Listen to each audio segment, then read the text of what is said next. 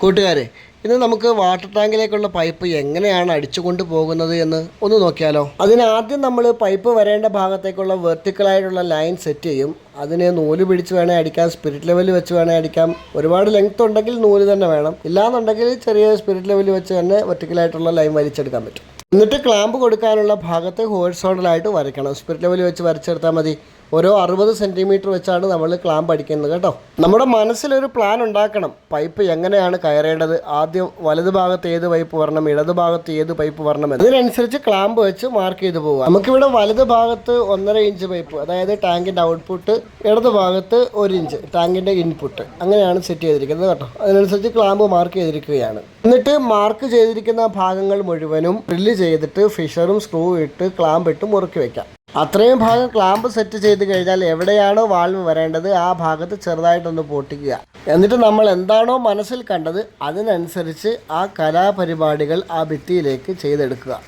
നമ്മുടെ മനസ്സിൽ ഇത് എങ്ങനെ സെറ്റ് ചെയ്തെടുക്കണമെന്നൊരു പ്ലാനിങ് മുൻകൂട്ടി തയ്യാറാക്കി വെക്കുമല്ലോ, അതവിടെ സെറ്റ് ചെയ്തെടുക്കുമ്പോഴാണ്, അതേപോലെ തന്നെ സെറ്റ് ചെയ്തെടുക്കുമ്പോഴാണ് നമുക്ക് ഓരോരുത്തർക്കും നമ്മുടെ വർക്കിൽ കൃത്യമായി വിജയിക്കാൻ പറ്റത്തുള്ളൂ. 2 പൈപ്പ് പിടിച്ച് ഒട്ടിച്ച് കഴിഞ്ഞാൽ പ്ലംബിംഗ് ആയി എന്ന് വിചാരിക്കുന്ന ഓരോരുത്തരും ചിന്തിക്കേണ്ട ചില കാര്യങ്ങളുണ്ട്. അങ്ങനെയൊന്നുമല്ല.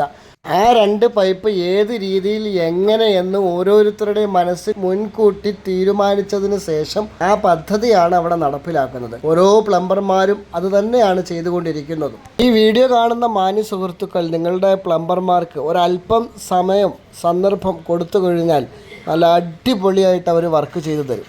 അത്യാവശ്യം സമയം കൊടുത്തു കഴിഞ്ഞാൽ നല്ലതുപോലെ പ്ലംബിങ് ചെയ്യാൻ പറ്റും. സമയം കൊടുക്കാതെ തീർന്നോ എന്ന് ചോദിച്ചുകൊണ്ടേ ഇരുന്ന് കഴിഞ്ഞാൽ വർക്ക് വളരെ വൃത്തികേടായി തീരും.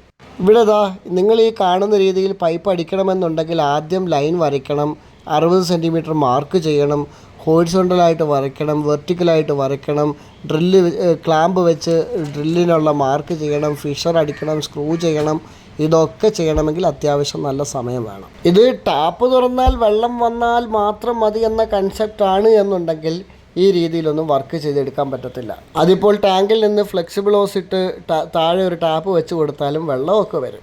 പക്ഷേ വർക്ക് പെർഫെക്റ്റ് ആവില്ല. നല്ലതുപോലെ ചെയ്തെടുക്കണമെന്നുണ്ടെങ്കിൽ, ആൾക്കാർ കണ്ടാൽ ഇച്ചിന്ന് പറയാത്ത രീതിയിൽ വർക്ക് ചെയ്യണമെന്നുണ്ടെങ്കിൽ അത്യാവശ്യം നല്ല സമയം കൊടുത്താലേ പറ്റത്തുള്ളൂ. അങ്ങനെ നമ്മൾ ഫിഷറൊക്കെ അടിച്ച് കഴിഞ്ഞിട്ടുണ്ട് കൂട്ടുകാരെ. ഇനി സ്ക്രൂ ഒക്കെ ചെയ്ത് പൈപ്പൊക്കെ ചെയ്യാം. പക്ഷെ നല്ല മഴ വരുന്നുണ്ട്. ഇനിയിപ്പം ഇത് ഫിനിഷ് ആയതിനു ശേഷം ബാലൻസ് വീഡിയോ ഇടുന്നതായിരിക്കും കേട്ടോ. അപ്പോൾ കൂട്ടുകാരെ, വേറെ ഏതെങ്കിലും രീതിയിൽ പൈപ്പിംഗ് ചെയ്യുന്നുണ്ടെങ്കിൽ അതൊക്കെ നിങ്ങൾക്ക് കമൻ്റായിട്ട് രേഖപ്പെടുത്താം. വീഡിയോയെക്കുറിച്ചുള്ള നിങ്ങളുടെ വിലയേറിയ അഭിപ്രായം, നെഗറ്റീവായാലും പോസിറ്റീവായാലും കമൻറ്റ് ബോക്സിൽ രേഖപ്പെടുത്താൻ മറക്കരുതേ. സബ്സ്ക്രൈബ് ചെയ്യുന്ന കാര്യം ഒന്ന് പരിഗണിച്ചാൽ കൊള്ളാം.